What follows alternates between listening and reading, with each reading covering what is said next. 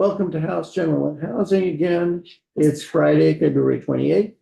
And what we're doing now is a walkthrough of our committee bill.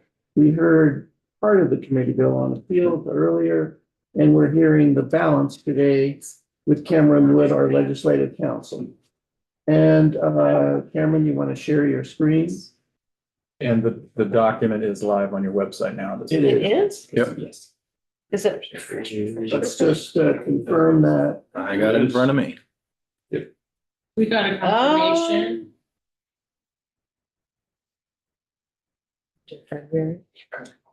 It'll be under Friday, February Yeah, I 28th. got it, yeah.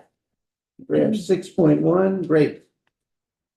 Okay, There, so those of you who are online, if you go to our webpage and you go to today's date, you scroll down today's date. Under Cameron Wood, you'll see draft 6.1 dated 2/28/25 at 12:30 PM. That is the draft we are working off of. okay. For the record, Cameron Wood, Office of Legislative Counsel. Focus on the changes. Will do. I will start by commenting that many of these changes were made quickly. This version has still not been edited. So there were some sections I will point out that I drafted with haste. And so additional consultation with my colleagues, et cetera, may result in some minor tweaks to language. And we would obviously point that out the next time we come back together to review.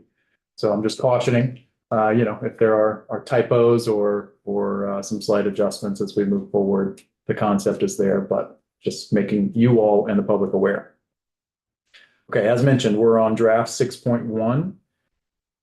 And just focusing on the changes that we have, which are highlighted in yellow, the first thing I will bring us to is on page 2, subsection E. This is in the VHIP program where it was requested that we keep the 5-year forgivable loan and not strike. So you can see those are highlighted. It's not new language. It's language that's currently in statute, but we have unstruck the language. So, okay. Moving forward, page 3. Keep going. I'm just scrolling. Apologies for those following along online. We are moving to page 5. So this is, my understanding is this was proposed language from the administration. This is still in the VHIP program. This was what was presented to us by Sean Gilpin as sort of a compromise language to deal with the issue of taking homeless people in.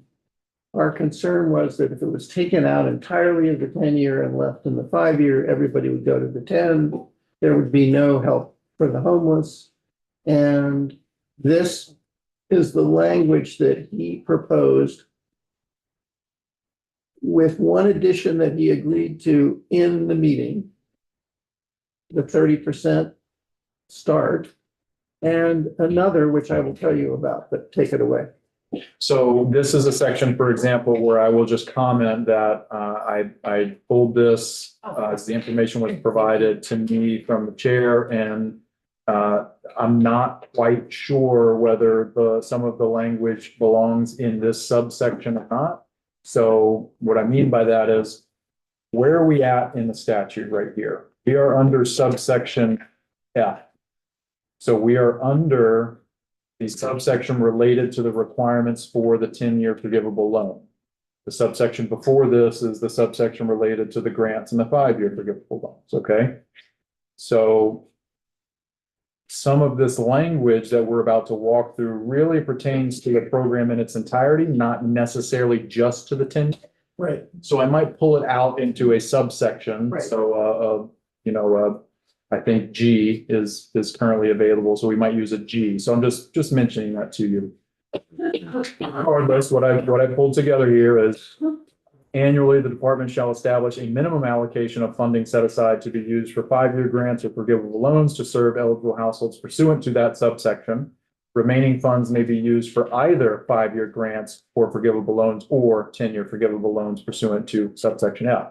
So I was not here for the testimony, but in my quick reading of this, it sounds like we're establishing, as it writes, kind of a minimum amount that must be set aside to ensure that it's going to be available ultimately for the tenants that meet those conditions that are outlined in statute.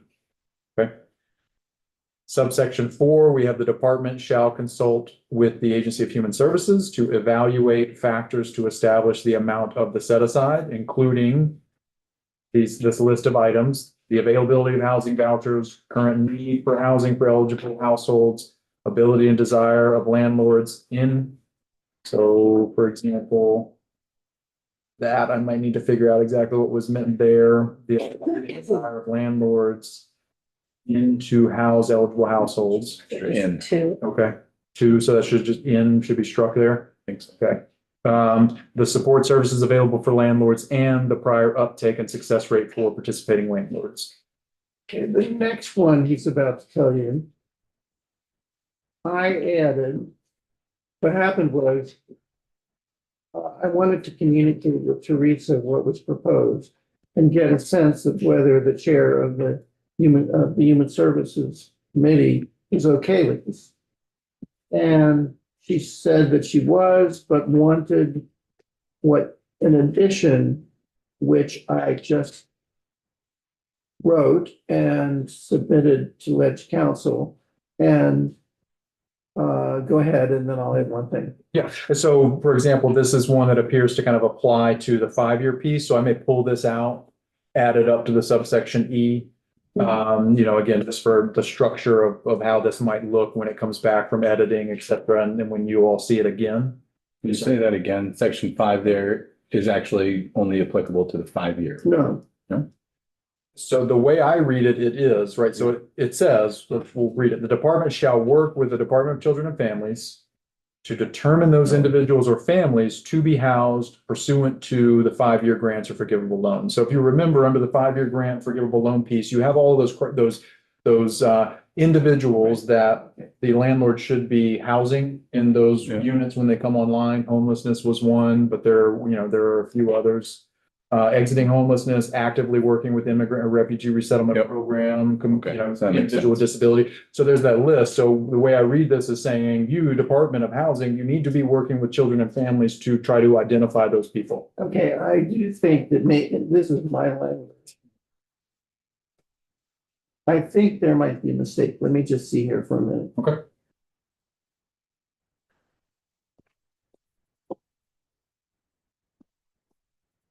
Okay. So my understanding of this language, and tell me if you agree, not just this one paragraph, is we were worried that people would, the 5-year deals with homeless, the 10-year, not necessarily. It'll be capped at market rent. Yeah, but either, yeah, okay. So because of a concern that everybody would go with the 10-year, they came up with this compromise that said, no, we'll set a percentage every year. And the percentage, and this is the question, I think they meant the percentage is not the percentage of the total of, the percentage of people that would be homeless. It's the percentage that would be through the 5-year program. Right? That's what the language says. I think, so when you get to the, So the item 6 is correct. Item 6 is saying yes, that but the intention was that when they do that, not only do they have to work with everybody listed above, but they have to work with DCF. Mhm. So I don't think it would be separate. I think it would go along with the rest of it. agreed. I think it needs to be read with the entire section Yes, to fit, but what I don't think makes sense is if you're saying that we want you to work with children and families to try to identify individuals to then house through the 5-year program, it doesn't Okay. make most sense to be under the 10-year program subsection. Okay, Right. oh, So but you're gonna pull this all out of the Right, 10-year, right. okay. the language here, the sub 5 makes sense to me. I don't have any concern. So it would stay with the rest, it just won't be here. Correct. Okay. We're not going to put it in a sub 5 under Right. subsection F. Yes, sir. Okay. Yeah. Well, while we're here, I'll just say, I then sent this language, which I drafted, to Sean and asked him, is this okay? And he said, yes, very okay. And I'm going to keep going unless anybody, Yeah. stops for questions. So I will just circle back to a question you asked, Mr. Chair. I read sub 3 to be, it's a minimum allocation of the funding. So yes, I would say it would be, if you're given this amount per year for this program, a minimum amount of that total amount of dollars would have to be set aside for those 5-year forgivable loans and grants. Right. Okay. So then we have the sub 6, which is, seems pretty straightforward. It's, the department shall annually publish the amount set aside on its website, and any funding from the set aside not utilized after 1 year shall become available for the 10-year forgivable loan. So if you're setting aside a specific amount and for whatever reason, individuals aren't utilizing it, the next year it can then go into the pot to be used for the 10-year as opposed to kept for the 5. Well, I don't really understand that. Understand which? The, Second sentence, yes, this piece here. yes. What I mean, a concern that I would advise you on, I could see happening is if that is the case and I'm a landlord, you could just have them wait it out a year. What I think it isn't that- means is that if they can't find, if they cannot place, say, 30% of the money is supposed to go, and they fail, they cannot place it. They can't find projects under the 5-year that if they can't find them, that the In a money, year. in a year, the money could go over to. So the thing that I understand that, and I think that there's two pieces of what confuses me. One is that I feel like this is a response to what you asked yesterday, which was for Sean to give a 1-year advance thing. Do you remember that? Yes, although he wrote it as a permanent 4. Right, and then the second thing is, why wouldn't the 5-year amount be re-upped at the end of 1 year? Maybe Why- roll the 5-year for the next. Or roll over to the next, like, we're not talking So about they're gonna- one Because they're gonna cycle of readjust. funding, right? for Or the are coming we? Year anyways, right? So they look at what they have left in either fund. And adjust accordingly. Right, like if they had $1,000 in the 5-year fund, they would either roll it over to the next year, or It could. what this is suggesting is that $1,000, if unused, Disappears. disappears, and right. that's it for the exactly 5-year. What they're saying. That's not the intention of is that the intention of what we said? Well, it's just, it's unaddressed. In other words, what we asked was that there be some specific amount. We didn't get into what happens if you don't use it after a certain period of time. So So this what is would- their proposal? Yeah, this is their proposal, which, So I would say it this way, if you're assuming an annual appropriation, then let's say they get $100,000 in this year and the set aside is 30%. So Right. $30,000 has to go to the 5-year. And then in year 2, 15,000 of that is left. That then becomes available for the 10-year. If they're given another Meanwhile, if they're given another $100,000 appropriation, they would need to subsequently set aside another 30% of that. right, So it is a question of how you all, as the committee, would like that to work. Do you want Oh. it that way, or do you want that remaining balance to stay available for the 5 years? so that's the question, basically, it rolls over into the 10-year Yeah. instead of rolling over into the 5-year. So even if it re-ups for both of those, year over year, it'll still continue to accrue in the 10-year instead of the 5-year. So I think, Got it. I think effectively all it's doing is rolling the balance over into the next year, because the whole thing is a 10-year fund with a set aside. So essentially, it's Oh, the 'cause set each aside loan is for is- 5 year, the 5-year program. Yeah. So. The total amount. So it rolls over into the next year, then they set the proportions. So it could get worked into the 5-year. I mean, it's going into a total number of the next year's fund. I don't think that's what it's saying. I think what it's saying is Because that the what's- 10-year will continue to accrue and the rollover from the 5-year will go into the 10-year. Yes, I think And even when that's it's getting what I- re-upped. So then, even if nothing gets used from the 5-year, the year 2, that still goes into this. And then they still continue to, and one gets Right. bigger and one I doesn't. think what Well- they're saying, I'll tell you without knowing, and then I'll suggest the decision we need to make, okay? I think what they're really saying is, if we can't use all the money, we've got a problem. Yeah. And really, we'll roll it over to the 10-year, because the 10-year, if, it's just market, well, no, it's, what's it called, market rate.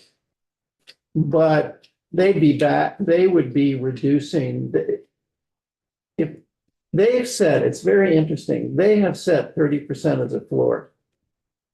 Period, not for 1 year. They went beyond what we asked. I think they can't make 30%. They're gonna be back in here.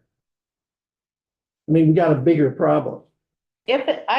My feeling is if it does roll over into the 10-year, if the unused funds from the 5-year, if that's what we're saying is true, I think that's a clever way of doing it.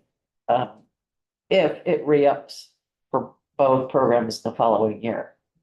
I'm all for that. So, So they can make the set aside bigger in ensuing years. It's a minimum of 30%. So if it looks like there's more available for 10-year, then it makes sense. They can raise that 30% to something that, you mean for the 5 year? yeah, for the 5-year, to something that makes sense based on their experience and what they're anticipating. So I'm a little confused myself. Are we happy with this language or unhappy with it? I'd rather have it be more specific so that it's not. So you don't have to read it a couple of times in order to get. So Okay. if it's not, well, what would you like it to be? That's what I don't understand. Not utilized after 1 year shall become available for either the 5 or 10-year? Or for only the 5-year? Or, see, the problem with only the 5-year is that happens. What if it just rolls over into the fund for the following year?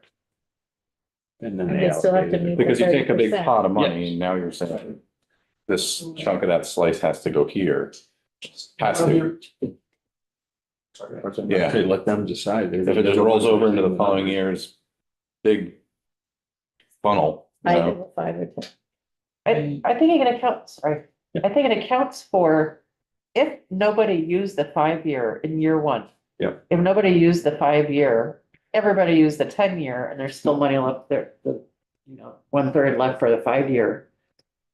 It accounts for the disparity between those two uses by rolling it over into the 10-year. Of course, who knows, in year 2, it could be flipped. Get away around. But they would both be replenished that year. So it wouldn't really matter, right? Because they're rejiggering on some criteria, based on some criteria. Every year. yeah, the fact that it says after 1 year leads me to think that, and we're putting this in statute now. We're putting this program in statute, and I think this is getting base funding. So theory. Start over with their allocation and.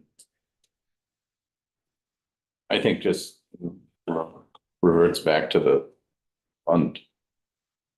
It would be cleaner. I don't know. Quick comments, not to unfortunately muddy the water anymore. I do just want to make sure you all are aware and correct for one thing, Brett Parsons respectfully, this is permanent, it's in statute. Yeah. So, we're not putting this one in statute, this is already there. This program is permanent program. Oh, it's the. Yeah. You're right. But also just conceptually, one thing, because I'm kind of reading this language for the first time, this afternoon, I wasn't here when the department was testifying about this. This is a revolving fund, right? So that's another piece that I don't quite understand for this subsection that's limiting here.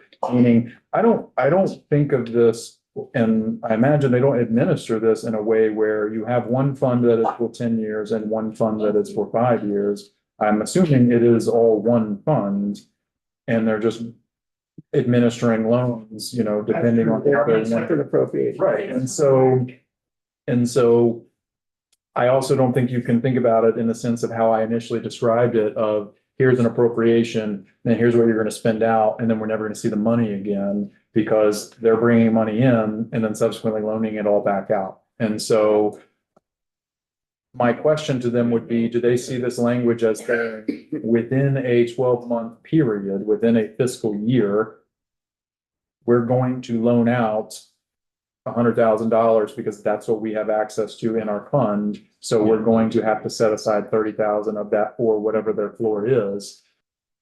In which case, I don't know what that language does when it says any funding. Here, how about this? I'm trying to figure out where we go from here. Do you feel you can talk to Sean and ask him what his intention was there? And can we live with clarifying the intention and seeing what that is? If you direct me to do so, yes, sir, I'd be happy to have a conversation with Is that, I'm just looking for a solution here. Yeah. Sounds good. That's Elizabeth? Yeah. Okay. All right. okay.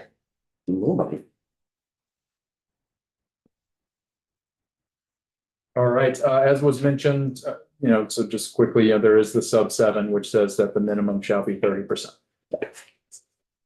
I know we have said that it seems as though they wrote in 30% to always be the minimum, Right. but shall be established at a minimum doesn't give them the leeway to in the ensuing years to change. That's right. It's a minimum. Because it's established at 30. Clear However, language. I would potentially change this They can change just a little bit. I'm not sure shall be established. It might just be shall be a minimum of 30%. Yeah. But they could go above that. They couldn't go below that. that was my point. The language in the beginning here. Yeah, on page 5, it kind of doesn't direct them to kind of come up with what that allocation should be. It tells them that they have to come up with a minimum, and then later on, it says that that minimum, essentially the language in 7 is the minimum can't be below 30. I would potentially combine those sections as possible to say you'll set a minimum, but at the minute you will set your threshold, the minimum is going to be 30. That's something we can ask him as well, because in his testimony, it was happy to set the minimum at 30 the first year. And then when we do our work with all the other groups, And the language that he gave was this language, yeah. I'm just wondering if in his way of saying that it was shall be established at a minimum. Okay. And then moving forward, we will adjust that. I You're think saying it would be they can- 30 and the initial. They just can't turn it down.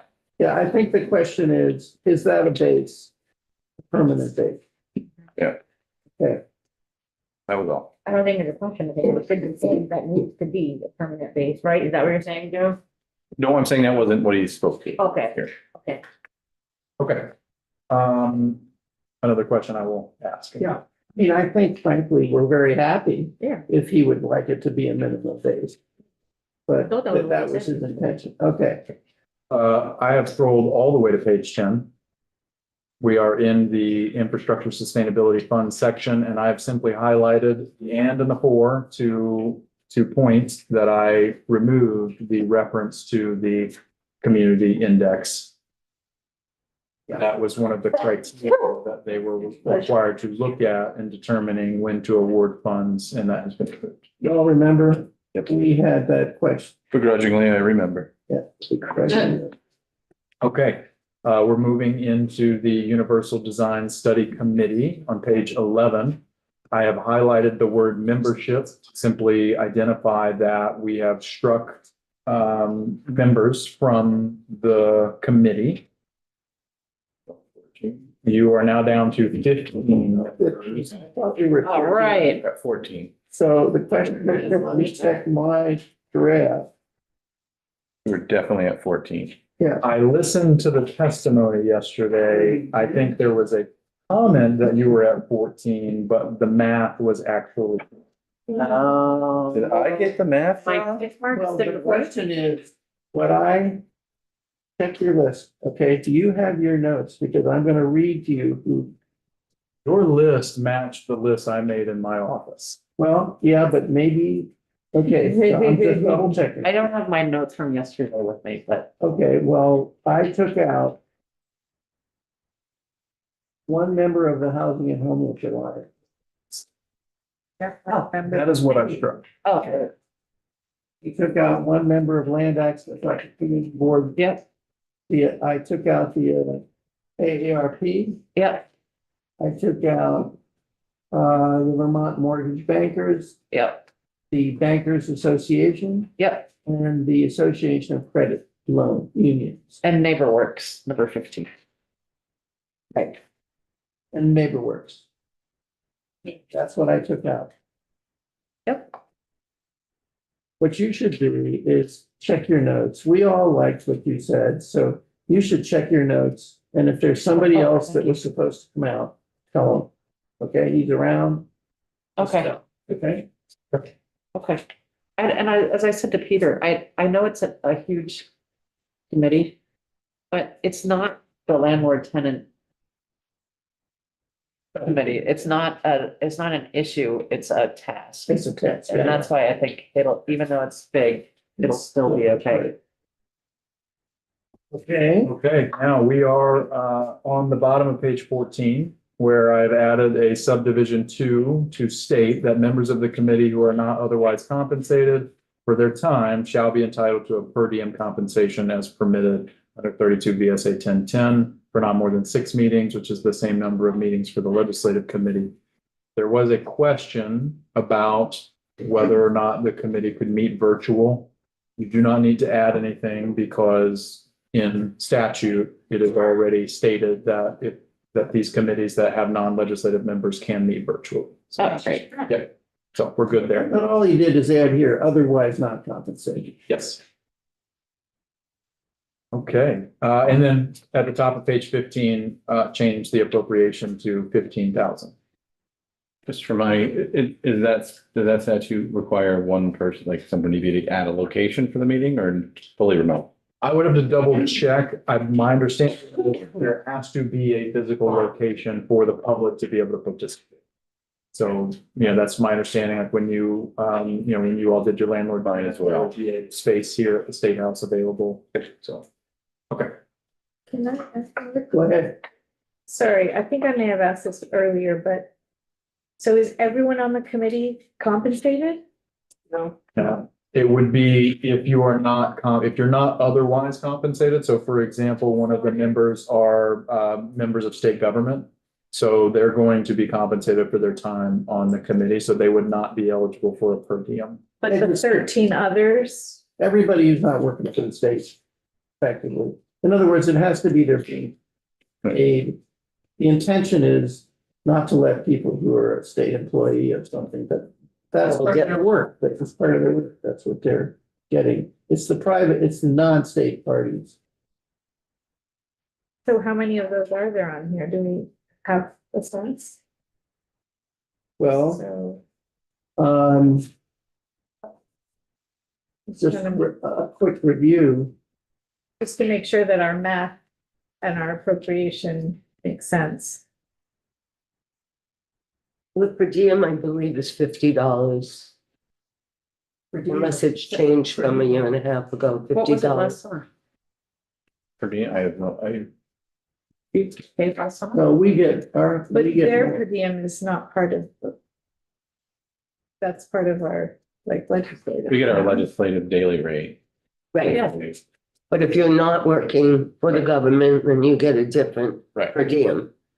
So like my per diem was $50. So We were you're meeting in person, you That get expense. that same $50 the minute, it's usually 4 hours.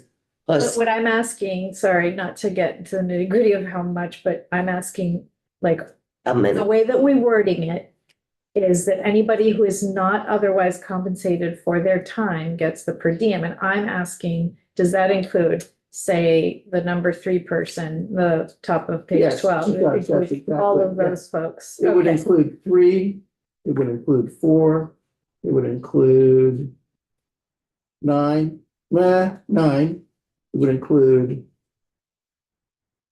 I think it would include 10. I don't know if Vermont, I don't know if the Developmental Disabilities Council is a nonprofit. If it is, it would, it's anyone who's a nonprofit would be. They're state, The state, they wouldn't state, be there. they're an instrument of the state. The League of Cities and Towns, no, and, Vermont Assessors Association and the Association of Realtors. About half of them. Does that make sense? Yeah, Okay, great.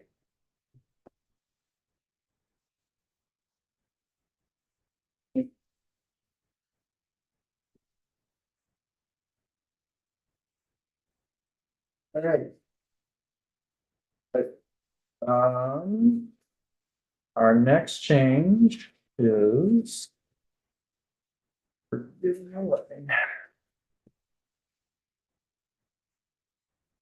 gonna go all the way to page 28.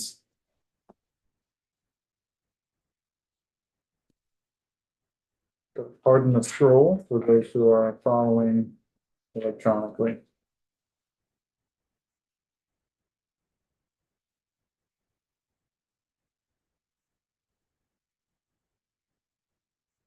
Okay, this is in the section, so I'm gonna back up a little bit.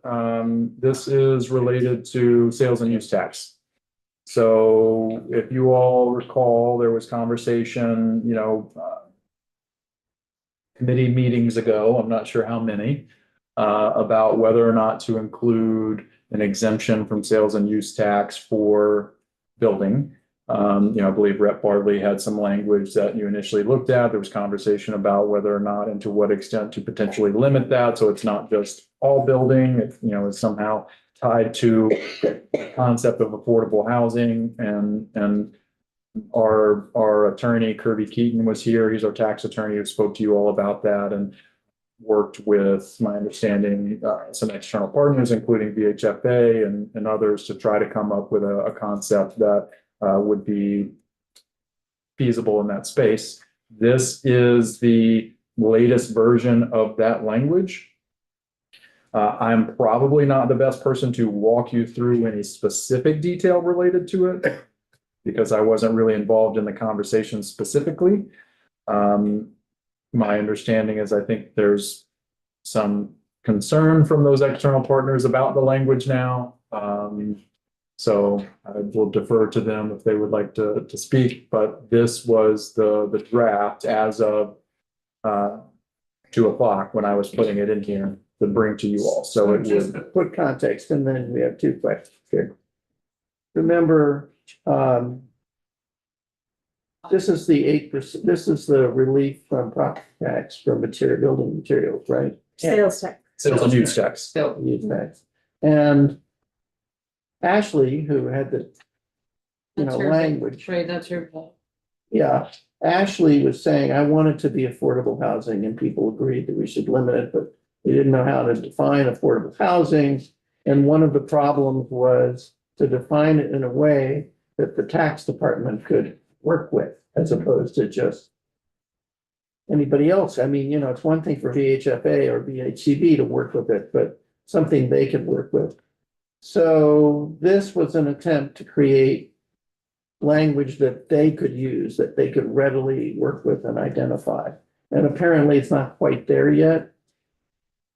Or it's subject to some possible revision. Here's what I will say. Just the fact that it is in front of you it has not been endorsed by the tax. So you would need to ask the tax department what their opinion is of this language. Immediately before coming into committee, we were in communication with others about potential alternate ways of getting to what appeared to be the intent of the committee.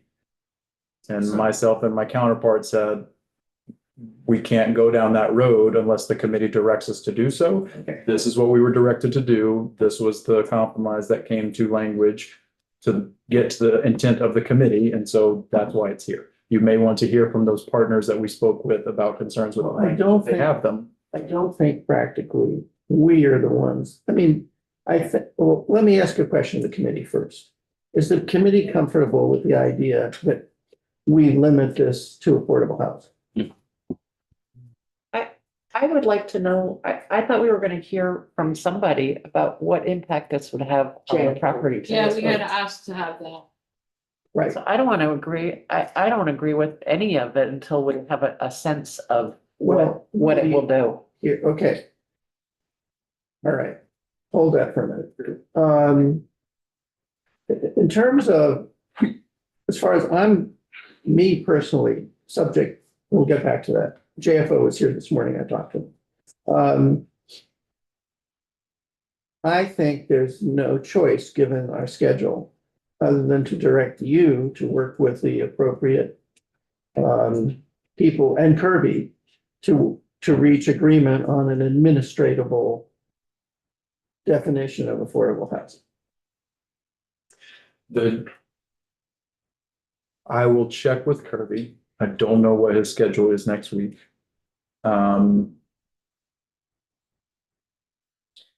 I'll check with them. It's difficult for us, right? And I mean that because the tax department administers it, not us. So we can draft this language and then I would have, you would need to get the tax department in here to say whether or not this is actually something that can be administered effectively. So I have to defer to them. We won't be able to answer that question. Joe? Yeah, as much as I think it could be beneficial and helpful, I don't know if we're there. I agree. And as I'm much- a Sponsor of the Ashley bill, but I think it's getting muddy. I think with as much work as there is to be done with 1,000 things, if you're gonna drop something out of our bill, I mean, we've tossed other stuff out as well. I just don't think this is there yet. Not that it's a bad idea, but I, it's just my thought. I'm Yeah. not gonna be, We want to revisit. Shedding a this tear Ashley's bill over later the then, break. or what? because it's not it. Sorry, what? Do we want to revisit this in Ashley's, could, I would want to give it consideration? Could speak, yep.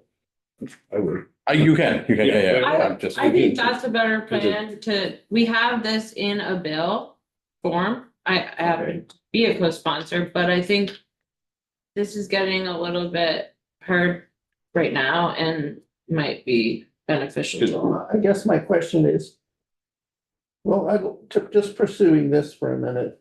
Chad, want to give your name for the, Sure. Yeah, Chad Simmons, Vermont Housing Finance Agency. And as Cameron noted, just this morning, our agencies, Vermont Housing Finance Agency and Vermont Housing Conservation Board, our community development teams were looking at this, and because of the directive to try to make this as workable for Department of Taxes as possible.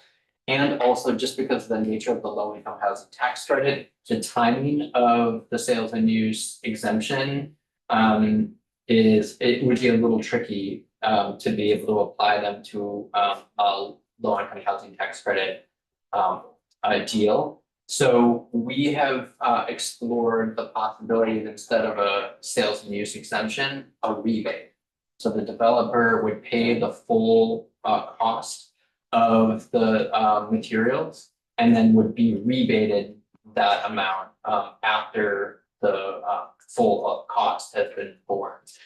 So several states have administered a program like this. We shared the list of those states and then an example of Minnesota Ledge Council. But as Cameron was saying, that directive would need review first to explore that. I just want to, I'm asking questions to see where things stand now. Then we get to what we do. You thought of a rebate, but that's not in this draft, right? Correct. Okay. And we don't know yet whether any language that we come up with is administrative. That the circle hasn't been closed to include the Department of Taxes. Correct. Okay. And we I- also don't know what it would be taking. Okay, so this morning I talked to was it? Who, at JFO, I'm sorry, Ed? no, yeah. The JFO attorney, excuse me, I should remember this, who has been working with us on the Ed Fund and impacts on the Ed Fund, et cetera, and he said that they could do a fiscal analysis, but it would be done this coming week and would be available to us next week before our vote. And I asked for that. Okay. However, away from that, so I mean, I think that even if we were to act, we would not have to act without the JFO report. However, it does seem to me that this is not ready for prime time. And it has to go to Ways and Means. And I don't think it's a good idea for it to have to go to Ways and Means in a kind of a half-baked form where they have to resolve all these issues. Yeah. Absolutely. Unless you tell, I mean, I suppose if this is really the only concern, that it's half-baked, as opposed to some other larger concern, I suppose we could pass it to Ways and Means with the problem and they could refine it when it gets to them, which would be in about 10 days. I don't, you talked about process earlier too, and I just don't know if it's been fully processed in here. And again, as I support this and think it's a great concept, I just don't know if it's able to. Is it fair to, I mean, again, they're not a policy committee, so they would have to do some work on it and they have a lot. Well, I mean, the issues you've raised, like how do you define low-income housing in the way that the taxes can administer is well within their purview. The issue of whether it's too much of an impact on the Ed Fund is very much in their purview. So I think that's true. I'm not saying we should pass it on. I'm just trying to elucidate here. This bill of Ashley's, is this bill out? Yeah, It's on our wall? yeah, Okay, it's the exact same thing. It was put in this bill. so we do have the option, should we want to, in the 3 days of the week after this, to deal with it then if we want. If we There should is- want to do it. Also, another bill with a similar goal In the Senate? in the House. Oh, I'm pretty sure it's been introduced. Yeah. It may not have been introduced yet, but it is related to. I think. There's a different Oh, one. So you okay. What is the pleasure of may the, not have come here, it may have So- gone. our options are to strike it for now, to strike it out. Or to leave it in and try to get it more together until the next time the bill comes to us. And it's up to the committee. does anyone feel passionate about leaving it in? I'd like to continue by getting that note and something we can certainly work on, but I think if you're firmly about considering it, but not necessarily where it's gonna slow down the rest of the bill, I don't think it needs to be refined and your. You had your hand up a while back. Well, you answered it with the conversation that you had with JFO, because I was curious about the ed funding and how, if it was significant, where do we make up that difference from what we're losing in the ed funding? That's the only reason that I feel we should really, really get that information before we keep that in the bill. So there is another bill that's in Ways and Means, and it is exempting priority housing projects from sales and use tax. Okay, so it's very similar. Well, what's the pleasure of the committee? Shall we strike it? You also will likely have a Senate bill coming over to you. Okay, all So you right. can always add Ashley's to that. Just out of curiosity, was the request from JFO to give us a note on what the effect would be on just affordable housing exemption being exempted? Okay. I should And just, define here. I want to clarify. From my understanding, this doesn't change your decision to strike it. When we say the impact on the ed fund and how it's made up, in a way, it doesn't work that way. The ed fund, the amount of property taxes that we levy depends entirely on what we what we decide to spend in the fund. And then we just raise it. That's the way it has worked. So if, for example, this costs the ed fund $5 million. It's not like schools would have to get 5 million less under the current system. It just means property taxpayers That's right. pay $5 million more. And if we decided to have funds, get the money from somewhere else, then income taxpayers would pay 5 million more, except it doesn't work that way. Because with the income taxes, the way our governor and we have interpreted the budget is not, well, what do we need? And then we tax accordingly. It's that we keep taxes level plus 3%, and everything has to fit inside of that. So if it was income taxes as opposed to property tax, it would mean that if we spend money for this, we'd have less to spend for something else.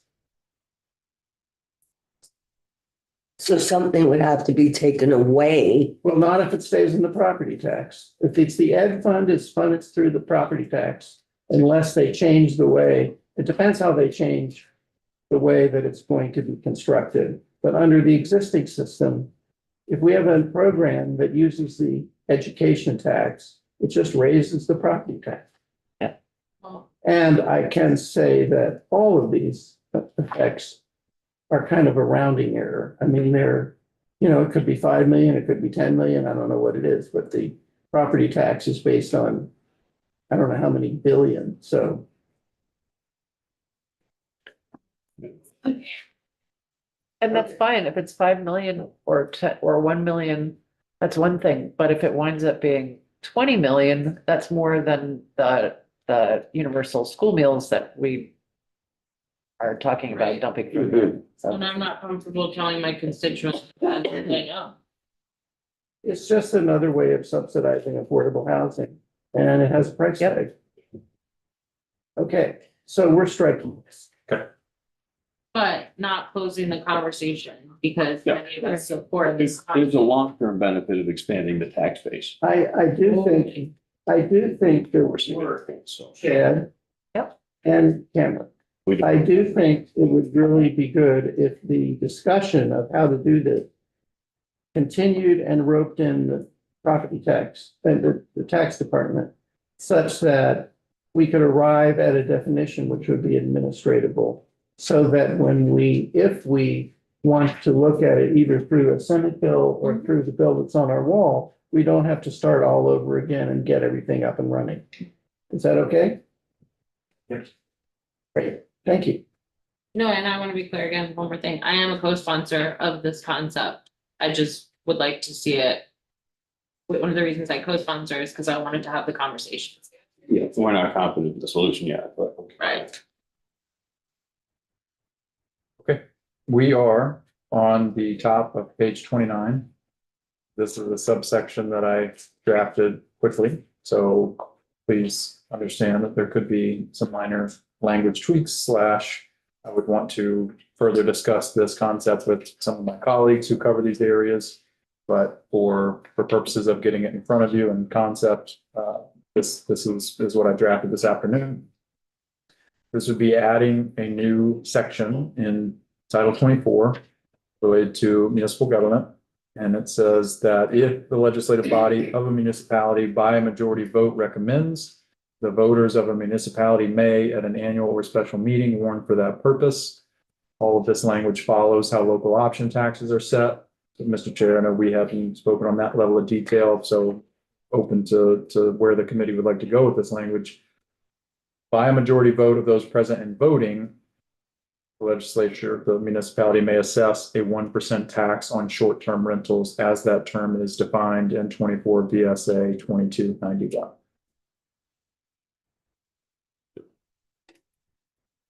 This is our only action on short-term rentals. Just to clarify to the committee. Yep. We're not, so, Correct. That's the only thing in the bill related to short-term rentals. I will just, one comment I'll make is, like, one thing I would like to ensure is, just the kind of cross-reference to a few other related items.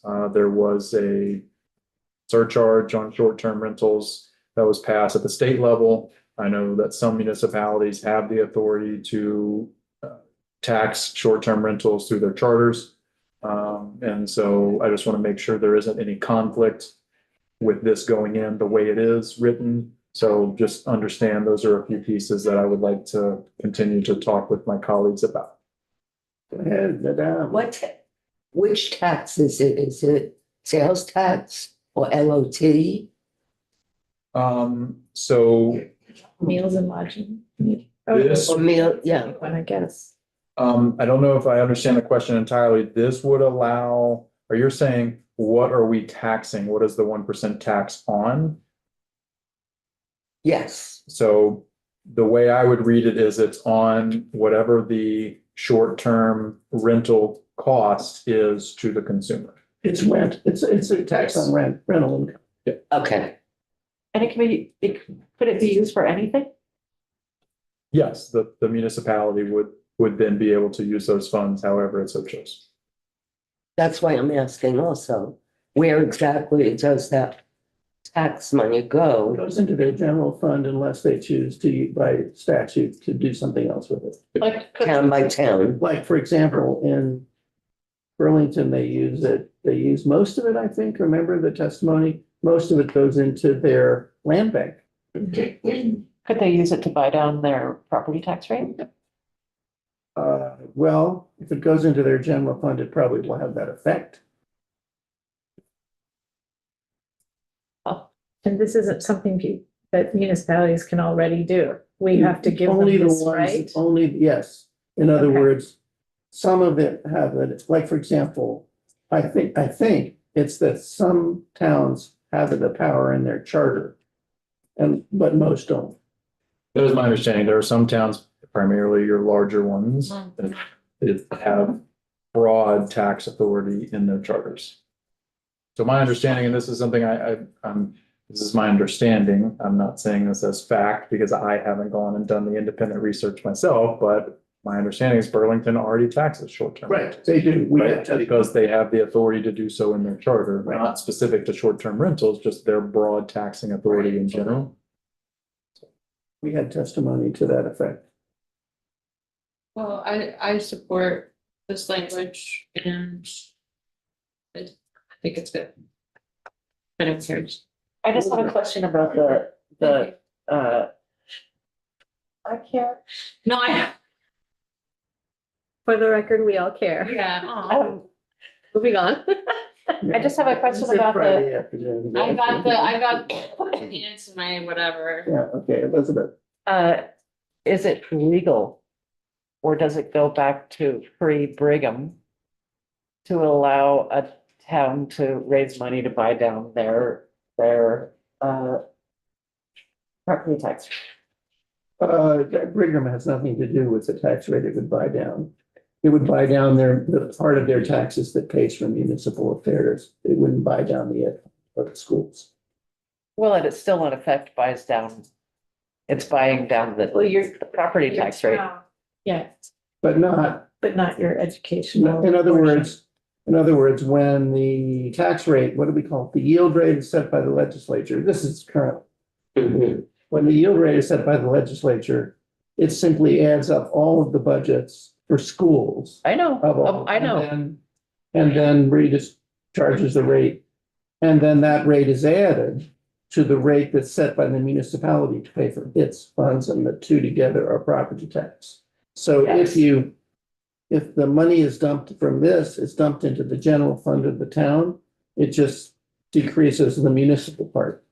Yes, but it has the effect of buying down the property tax rate, and I guess what.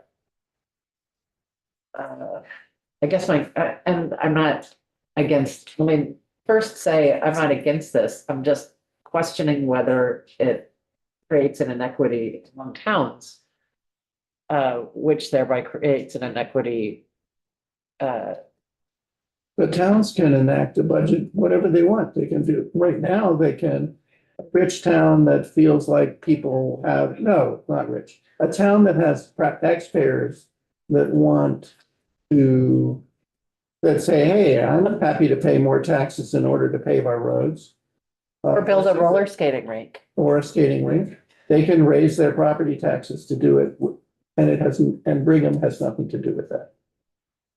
There is no Brigham for quality of life in towns.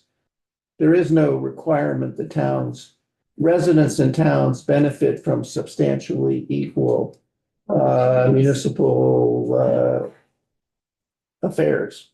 Municipal, right. Okay, all right, never mind. So I It still just has want to the be effect. clear because Yep, go ahead, sorry. the local option tax in our town, that is only used for capital improvements. So any money that's going into the LOT, they've only used for capital. That's why I wanted to know, does that 1% go into local option tax or meals and what was the other one? Rooms and meals. Rooms and meals. Yeah, in other words, is it separate? And I said, To answer that question, it would be separate. Okay. So that was an option that you could do is you could amend, my understanding, and this is more Kirby's area in the tax realm. Kind of defer to him, but my understanding is another option you could do is you could add this as a subcategory under the local option tax. You could allow a municipality to establish a local option tax directed at short-term rentals, in which case those are collected by the tax department. But this is just, would be directly giving the municipality the authority to enact the tax on their own. They would be responsible for collecting it. So it would work differently and be separate from your local option taxes. And could be used other than just for capital, because it's not going to. My understanding is the local town option. would then use it for however the town so chose. you know what I think? I'm gonna ask a question here. I feel like I'm a little over my head on tax policy, but I want to do this. I promised Emily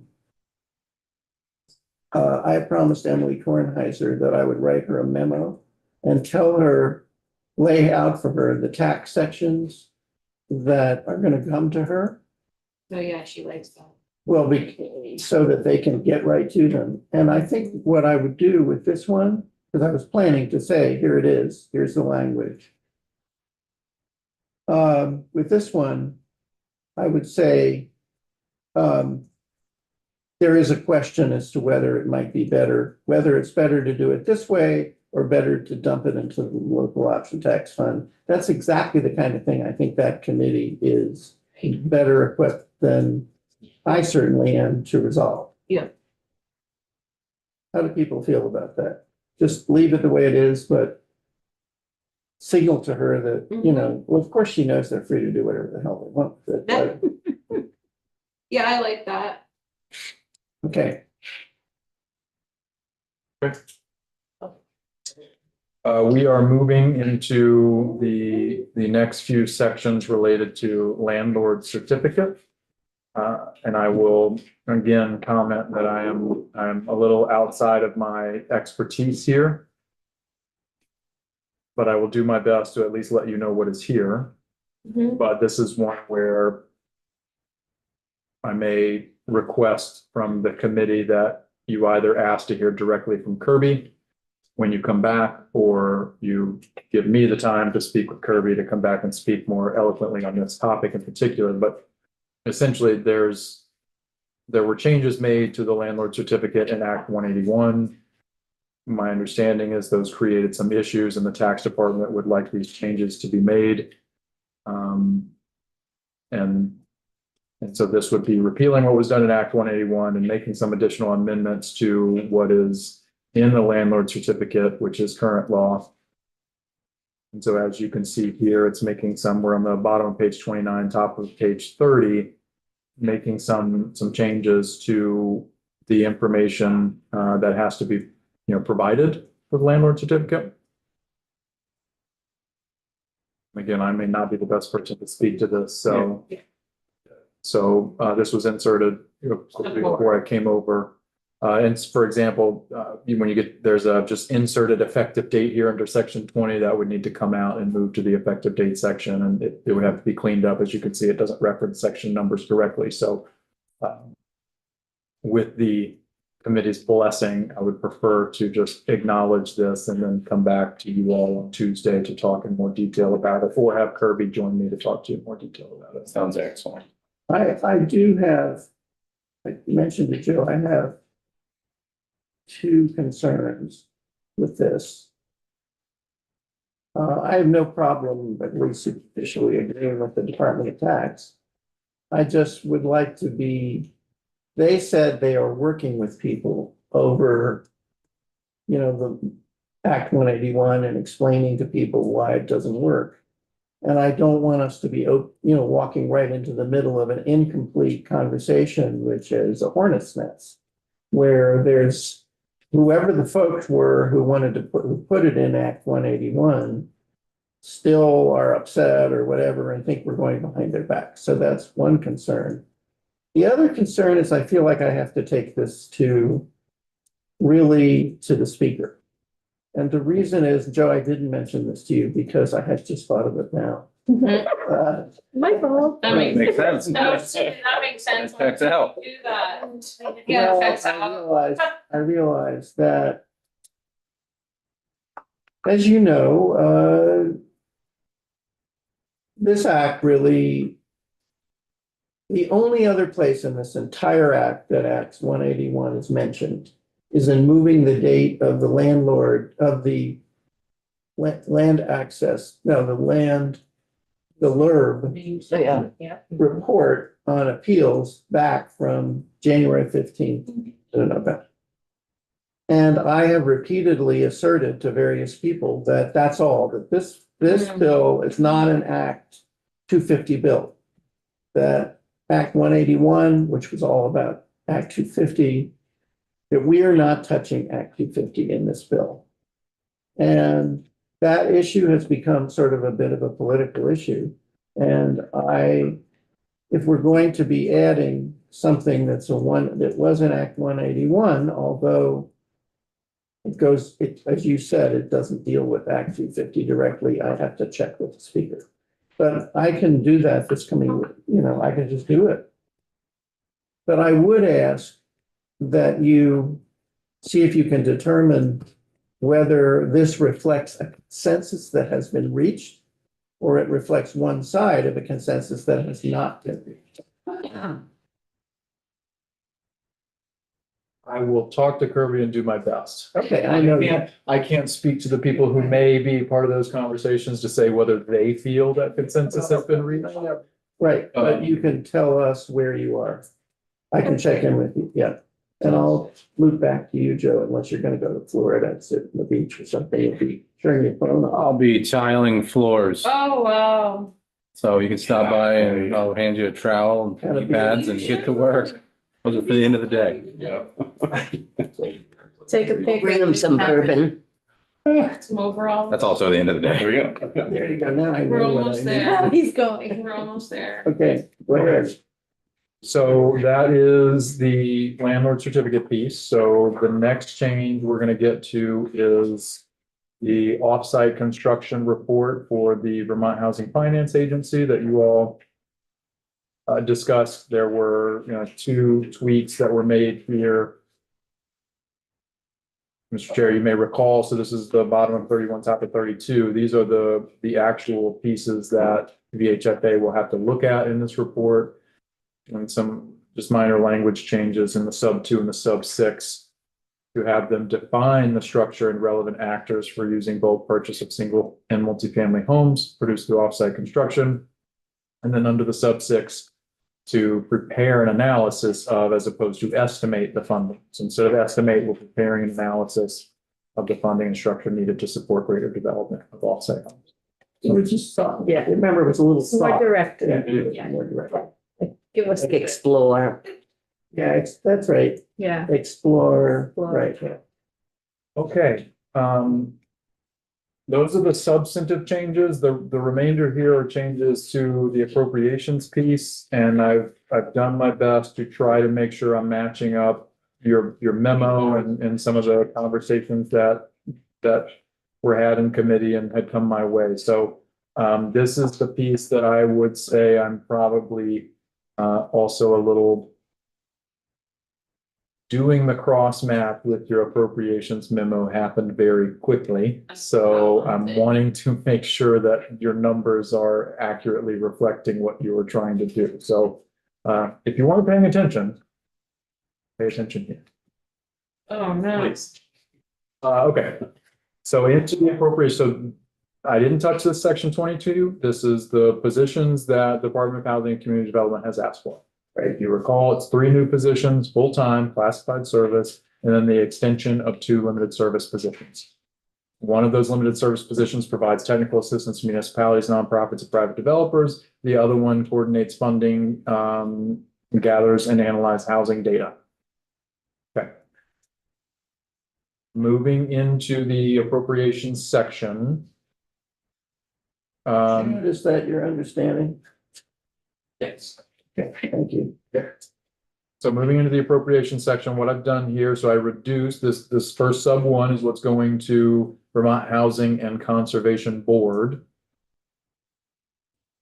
And it's been reduced. It was 40 million last time. And I think that was just a placeholder, right? So it was reduced down to 25 million for the kind of catch-all purpose there that we looked at. And then what I did do, Mr. Chair, I went back and triple checked the resident services program. And, you know, I think it is okay if you wanted to appropriate the funds directly to them as opposed to through AHS. So I just kind of triple checked that. So I moved the 2 million that was in the last draft going to AHS. So it was 2 point. It's 2.4 because that includes. The 0.4 is still down here. Oh, I'm sorry. 400 said. She just separated them. I just put them together. Okay. So 2 million to VHCB. Yep. For the resident services program. Okay. Now we have, Rep Dodge, I think you verified my math last time, so I'm pinging you again to make sure I'm accurate here. I think for DHCD, it's 35,535,000 here. So 20 million, I combined the middle income home ownership development program and the rental housing revolving loan into one line in appropriation. Which was also in our letter. Yep. Yeah. And 20 million for that. Does everybody remember that was the request from the HFA? Okay. 15 million to the Vermont Infrastructure Sustainability Fund. So that's an increase from what we had last, which was I think 9.1. Okay. We have 300,000 for the 5 NeighborWorks America affiliated homeownership grant or homeownership centers. That should probably be highlighted because I think that may have been a reduction from the last, but That was what I think I was 5 that, That was fine. the home buy, that's the 5 I have. So the home buyer education was 500 in our ask and it's listed as 300. Our letter to approach had it as 500. 5. It's 500. okay, it was 500 in your last draft. Yes, The because my second draft was wrong. okay, My I first must be draft. working off the first Yeah, draft my of your first draft memo. was wrong, Okay, and it was corrected. okay, so that needs to go back up. 500,000 and it'll change the total. Okay. Yeah. We know you can do the math That was and we the know 5. that one of us will check. That it, was the right? 5 I have. So I mean- I'm done. Okay, You So forgot that's my, line 12. yeah. you forgot my study. That appropriation is up in the section with the study. Oh, It doesn't all have to go in one place. Okay. In my personal thoughts, I would prefer them all to go in one place, but it's up there in the study section. I didn't know that, okay. So will that get missed if it's not in the appropriation section? It'll still be in there because it's in there? Okay. Yes. Because what would happen is, and the chair, correct me if I'm wrong here, you know, my understanding is all this will get stripped out in because it has to go into the budget. Yeah, So, okay. But- Okay. They do that here and the Senate, they don't always do it. The purpose of doing it here is a House teaching purpose, which is to make sure that in future months, if people want to know where the money is, they can look in one place and won't find it sort of buried. in I like it. Yeah. Okay, so we still have, I believe the 235,000 for the, home share. And I believe I'm just double checking, that is the same. Does it matter if there's a little typo? Home Share Vermont is with a capital S in the share. Okay, thank you for that. That's good. I am sure there are other typos as well. Okay, well, I We just used wanted to to point have that out. that. No, thank you. Doesn't know. I wouldn't have known if- Thing is. Remember And Rob? editors may not have known. Yeah, that's it. They might not. Everything. Okay, so here's where the 400,000 is. So this is going to Agency of Human Services. That was 2.4. We've taken the 2, given that up to the HCB there. So 400,000 for SASH. Moving over to page 35, you still have the 373 to the Vermont State College System. And then I've made the changes here for the Department of Labor. It's gone up to 448,500.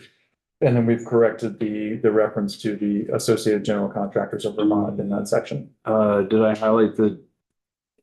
So just the language I sent over included some statement about it, this being for the purpose of promoting spending, blah, blah, blah. Over the course of 3 years. No, yes, I may Not have underlined it or. that, and the I Vermont don't State. see it underlined, Including both. Yes, to be spent over 3 years. Did I not? I probably didn't underline. It's not underlined, but I can add that. So it's specific to the proposal they put together, that this is not a 1 year.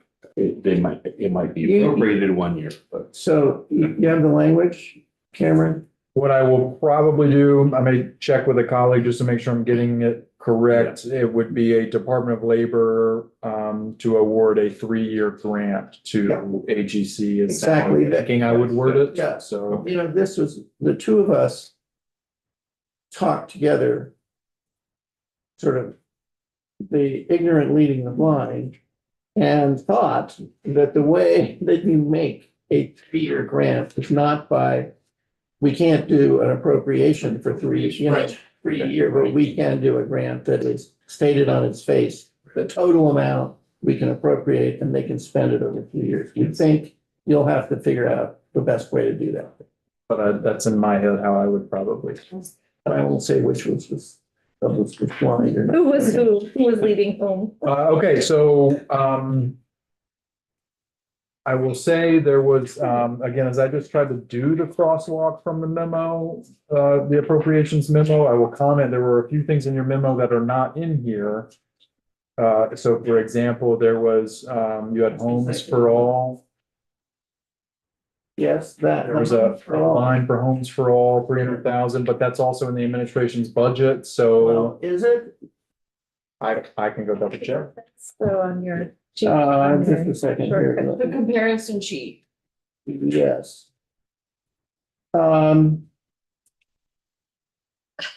The problem, would you check, the problem I have is in my last conversation with Chris Cochran, I heard maybe it wasn't in the budget. I couldn't find it.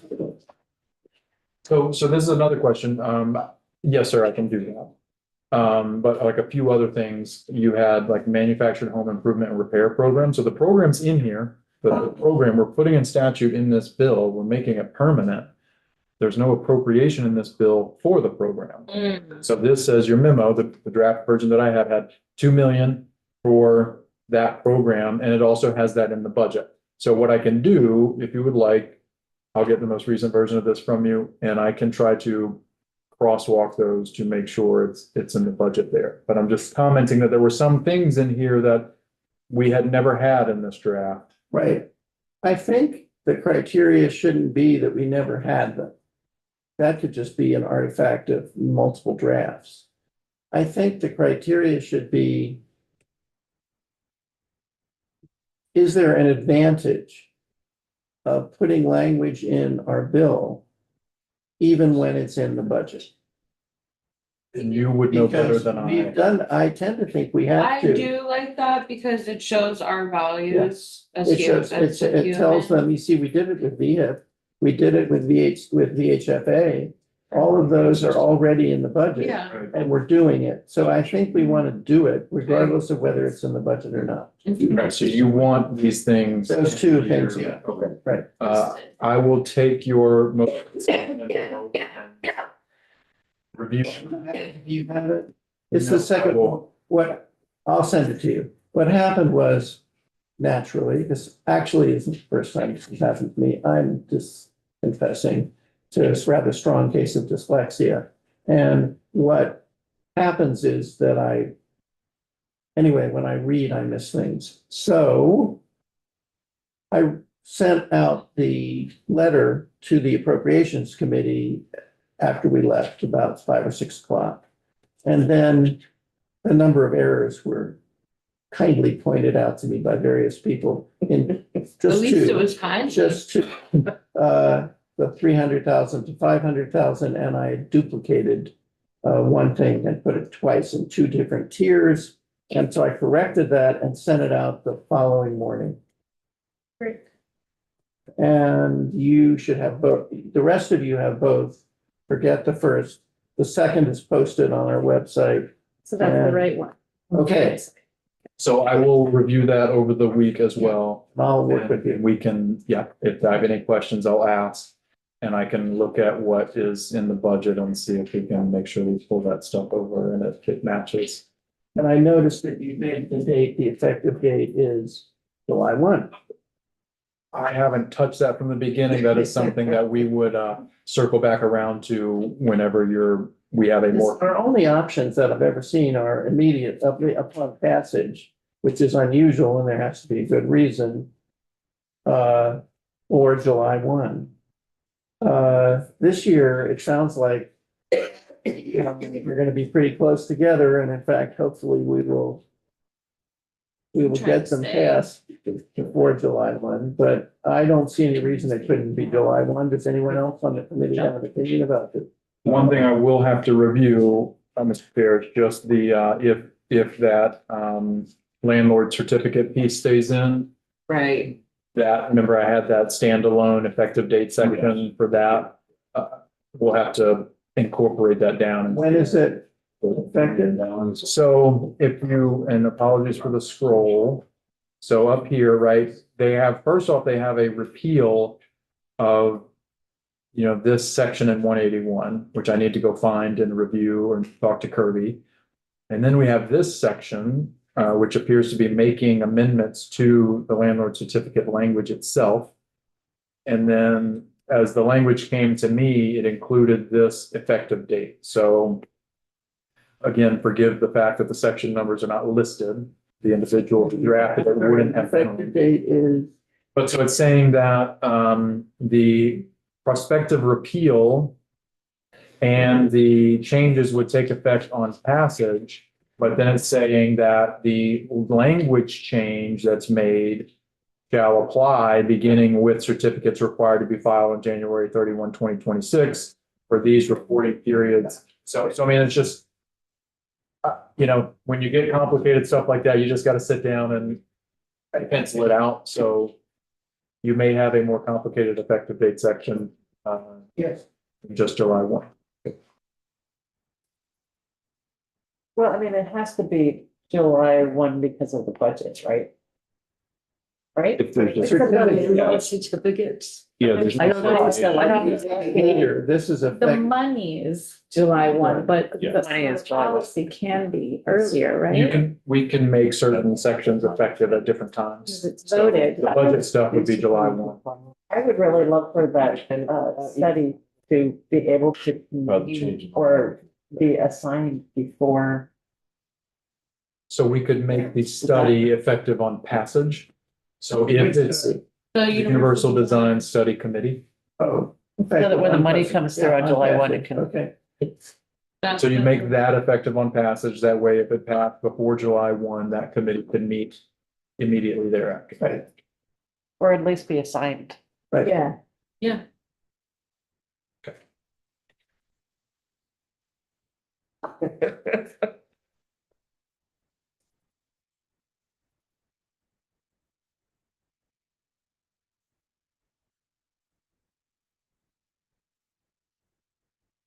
Ladies and gentlemen. How do y'all feel about this bill?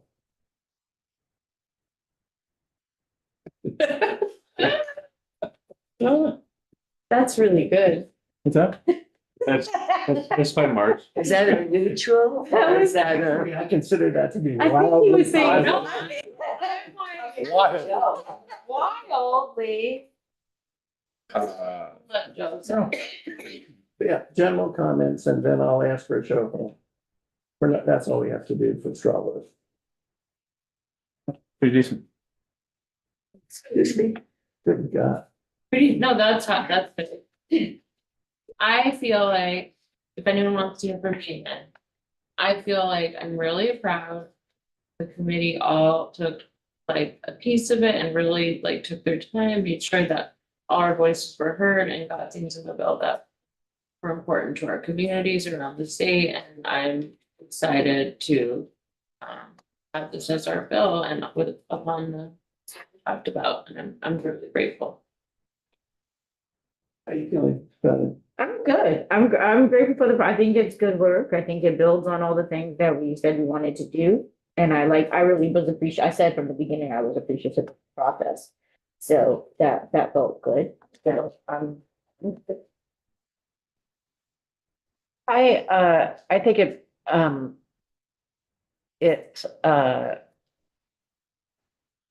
lays the groundwork for some really great future work.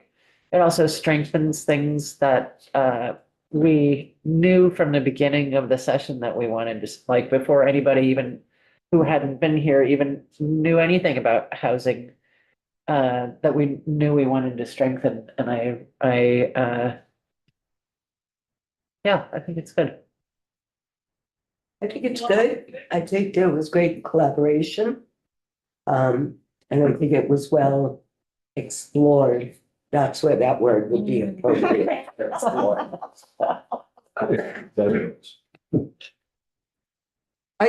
want to read over the landlord certificate stuff again because they've simplified that so much Well, over they- the years. The intention of this, just to be clear. As I said, I have some issues about this. We'll see when we reconvene. But the intention was, do you remember the tax department when they testified? Really interesting, good testimony. Yeah. They pointed out that they felt that given that the landlord certificate, which was designed to help the tenant credit process. Yeah. Was concerned with individuals, renters, rather than units. Right. That it really they couldn't do a lot of what Act 181 wanted them to do. And that they were working on that they wanted to keep it simple. This language repeats what they want, to keep it simple. And it puts it in statute. In other words, it would reverse the parts of 181 that they didn't like or felt they couldn't do. So I think when you read it over, that's the intention. So, but isn't that landlord certificate's not the same ones that the landlords fill out? Yes. Oh, it is the same. Mhm. So Okay. in July, that certificate was gonna change. It was. Yeah, in July, this July was when last year's bill changed the landlord certificate. They're asking to revert it kind of back. I think they've added a couple things. They've agreed to add like ADA units, things like that, but bring it back to what they think will keep it at a very high compliancy rate of 5. I thought it really sounded like a cross between the two, or a hybrid of the two witnesses from the tax department. What came out of it? I think given the challenge we've been asked to address in the housing crisis, this is a very functional. I think it's more than a start. This is a good chunk that I think is going to make a visible difference, measurable difference. So anything else other than it's not bad? Just reiterate, that's not too bad, I guess. Yeah. Okay. Yeah? What do you think? I am so excited to be on this committee, honestly, and, I'm gonna cry.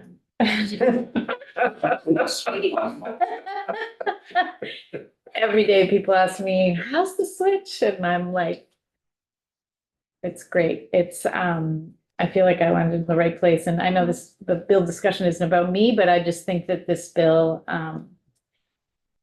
it took a lot of, contributions from all of us and all of us coming with our regional lenses and our, you know, the passions that drove us to come here or to come back. And in a challenging fiscal environment. And so I am really grateful to our chair also, I want to say, because yeah, it's a tough ship to be trying to sail this, you know, these are tough waters right now. So I think that we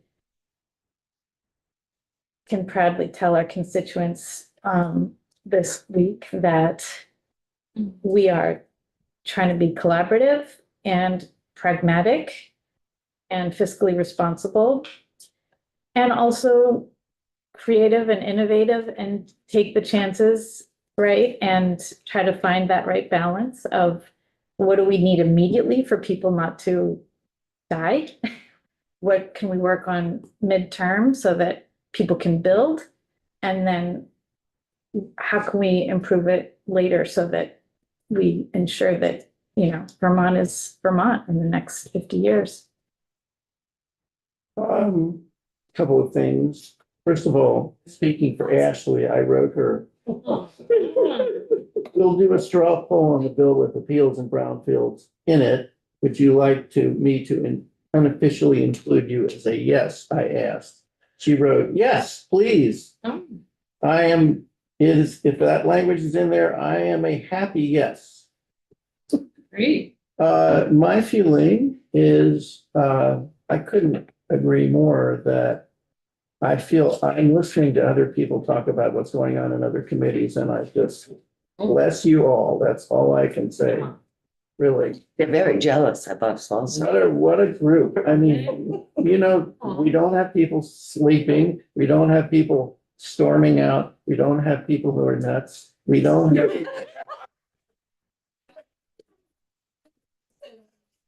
I think I've done all three. We don't have people, we have one person. who does all of those things. And everybody's trying really hard. And what more can you ask when people are trying really hard and paying attention? And it's a pleasure for me. I think in terms of the bill itself, I've told myself what we want to do with housing is we want to make it easier to permit and a little more difficult to obstruct. I think we've taken a stab at that.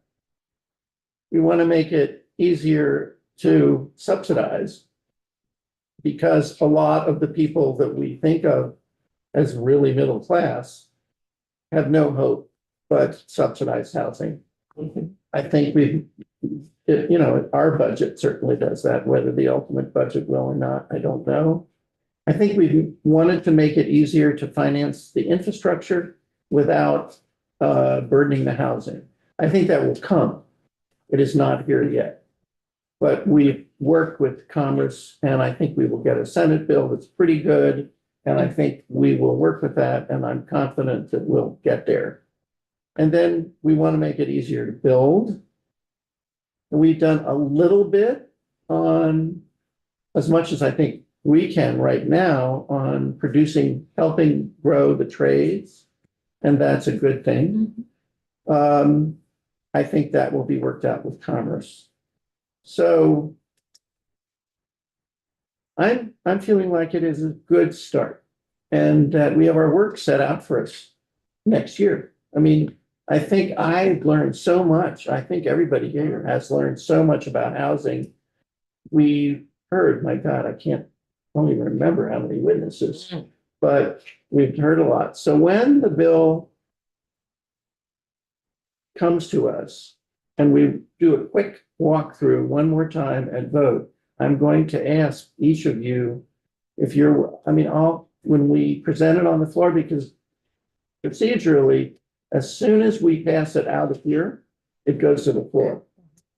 You heard today what will happen. It will immediately be referred to a committee. And then another committee, and then another committee, but then at some point, when the amendments are done, which will be sometime after the 21st of March, it will go to the floor. By the time that happens, we'll have to orchestrate how we present it on the floor. And what, I'm not going to present the whole thing. I will kick it off, but then I will ask members of the committee to present different sections. You have, the new of you haven't seen that happen. It's like the budget, but shorter. They saw on the BAA.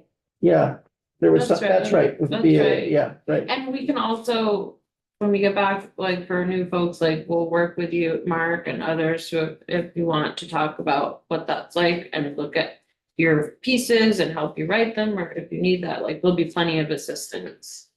And when it happens, you know, you can be interrogated.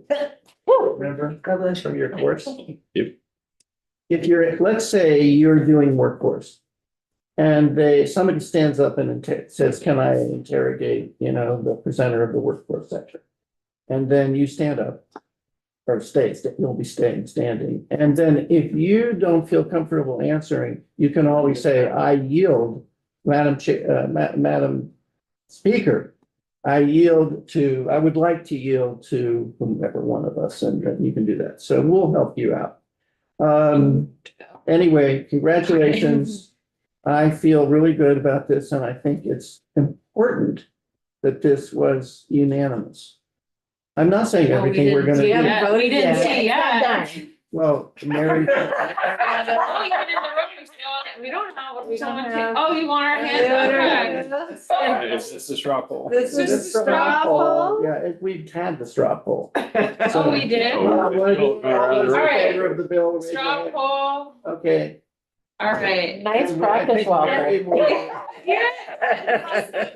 Before we go, I also want to give a huge thanks for this. We're not over, but Cameron Yeah. Feels like it's- really had to. That's why I said, do you need to go? Yeah, I know. When you said that, I was like, we can't finish this, you know, You also the loving look without Yeah, Cameron, for Cameron. somebody who was new, you've done a hell of a Yeah, job. incredible. It's been, Thank you so it's been, much. you've been very patient. Committee, so it's easy. Wonderful. So, not just me, thanks to my team as well, or you know, Yes. my And peers Alan and colleagues. particularly, Yep. And to They've been, extremely Michael. helpful. Yeah. So just very quickly, I will just, Wait, we're still online, yes. No, I just wanted to, you know, let the committee know my next steps here. I obviously have a few, you know, pieces of feedback to go work on from the committee, just to validate, et cetera. Striking a few things, potentially rearranging, changing some things. We will have it edited next week. So I know Ellen is also working on some amendments that you all had for her section. So when you come back, we will probably have a new version that, you know, we can point out any of those changes to you all at that point in time. So. Right, and I will be working with him and other staff as necessary to assist that this week. And if I know one or more of you are particularly concerned about a section, I'll loop you in with any significant changes. I think one of the, you know, there are a few where that might occur. Yeah. How we can